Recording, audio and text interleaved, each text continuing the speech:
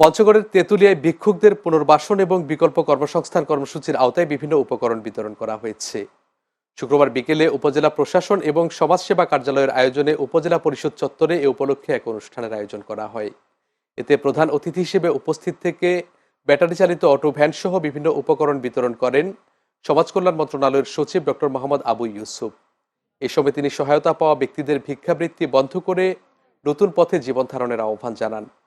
উপজেলা নির্বাহী অফিসার আফরোজ শাহিন খসরুর সভাপতিত্বে অনুষ্ঠানে উপস্থিত ছিলেন বিভাগীয় সমাজসেবা কার্যালয়ের অতিরিক্ত পরিচালক মোহাম্মদ হেলাল উদ্দিন ভূঁইয়া, জেলা সমাজসেবা কার্যালয়ের উপপরিচালক অনিরুদ্ধ কুমার রায় এবং সহকারী পরিচালক গোলাম ফারুক সহ অনেকে। সমাজসেবা কার্যালয় জানিয়েছে, প্রথম পর্যায়ে 10 জন ভিক্ষুকের হাতে ব্যাটারি চালিত অটো ভ্যান, সাইকেলের মালামাল সহ ঘর এবং মুদি দোকান হস্তান্তর করা হয়।